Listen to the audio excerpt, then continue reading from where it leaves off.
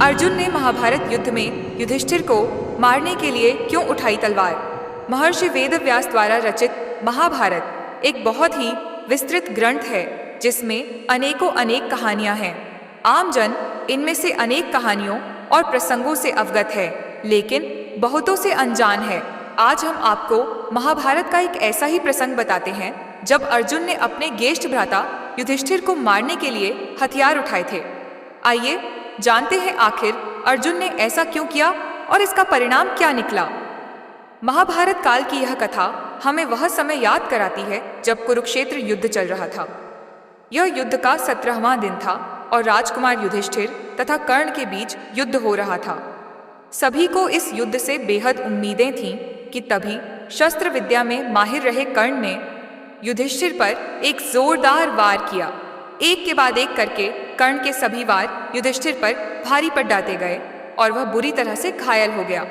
अब कर्ण के पास एक मौका था कि वह युधिष्ठिर को मारकर पांडवों की नींव हिलाकर रख दे, लेकिन उसने यह मौका हाथ से जाने दिया।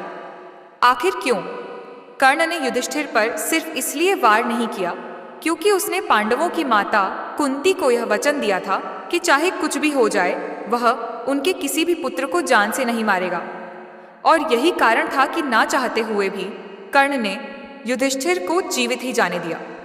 जब अनुज नकुल तथा सहदेव ने अपने ज्येष्ठ भ्राता राजकुमार युधिष्ठिर की यह हालत देखी तो शीघ्र ही उन्हें तंबू में ले गए, जहां उनकी मरहम पट्टी के सभी इंतजाम किए गए। जब तीनों भाई तंबू में थे तो बाकी दो भाई अर्जुन तथा भीम अभी भी युद्ध में शत्रुओं की सेना से संघर्ष कर रहे थे।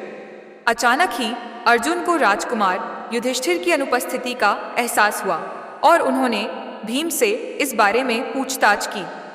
तब भीम ने बताया कि किस तरह से कर्ण तथा युधिष्ठिर के बीच हुए द्वंद्व युद्ध में भ्राता युधिष्ठिर घायल हो गए, जिसके बाद उन्हें विश्राम करने के लिए ले जाया गया है।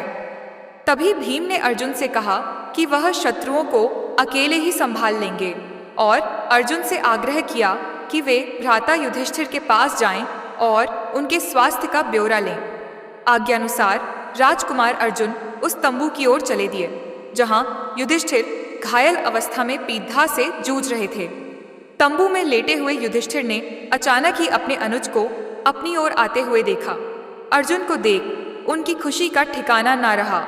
वह समझ गए कि हो ना हो अर्जुन युद्ध में कर्ण पर विजय प्राप्त कर उनके पास खुशखबरी लेकर आ रहे हैं। वह अंदर ही अंदर बेहद गर्व महसूस कर रहे थे कि उनकी इस हालत के लिए जिम्मेदार व्यक्ति को उनके अनुज ने दंड दे दिया है और अवश्य ही अर्जुन ने कर्ण को मार दिया होगा। लेकिन युधिष्ठिर सत्य से अनजान थे। तंबू में प्रवेश करते ही अर्जुन ने ज्येष्ठ भ्राता को प्रणाम किया और उनसे उनके स्वास्थ्य के बारे में पूछा। लेकिन इससे ज्यादा तो युधिष्ठिर इस बात को सुनने के लिए ज्यादा उत्तेजित हो रहे थे कि अर्जुन ने कर्ण को मारा या नहीं। लेकिन तभी राजकुमार अर्जुन द्वारा वहां आने का असली कारण व्यक्त किया गया। उन्होंने बताया कि कैसे भीम ने युधिष्ठिर के घायल होने की खबर सुनाई, जिसके बाद वह दौड़े दौड़े उनकी स्थिति का ब्यौरा लेने आ गए।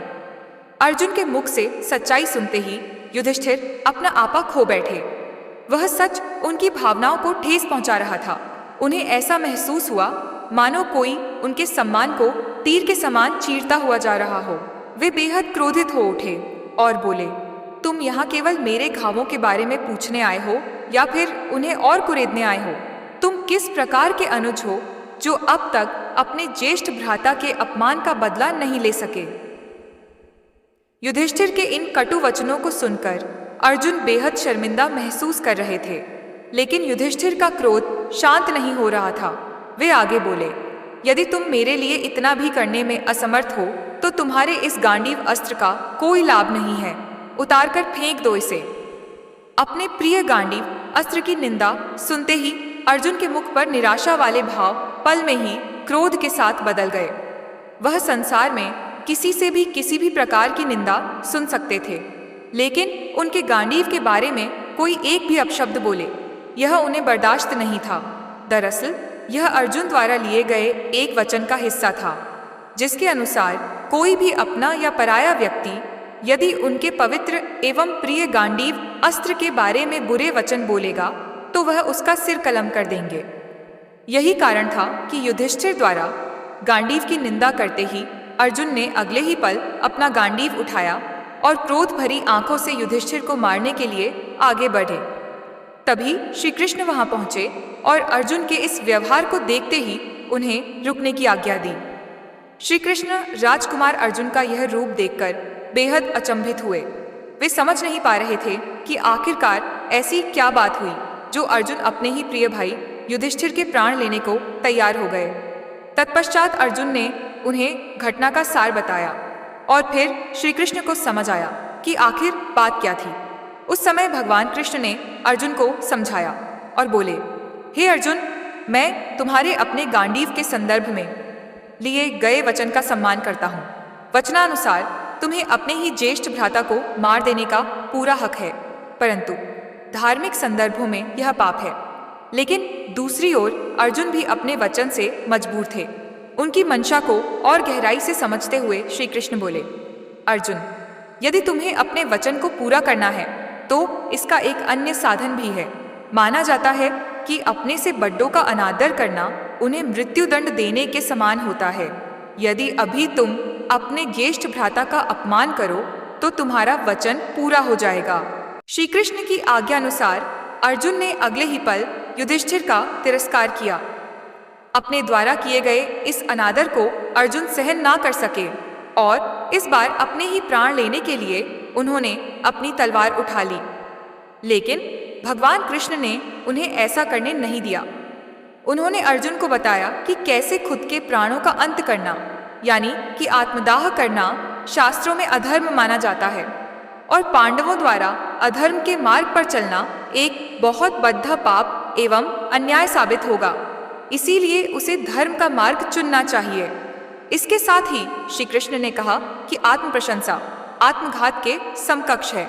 इसलिए तुम दूसरों के सम्मुख अपनी वीरता की खुलकर तारीफ करो, जिससे तुम्हारा वचन पूरा हो जाएगा।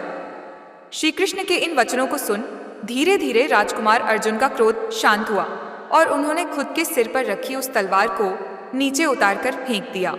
इस प्रकार भगवान कृष्ण के निर्देशों से राजकुमार अर्जुन का वचन पूरा हुआ और साथ ही वह किसी भी प्रकार का अधर्म करने से बच गए।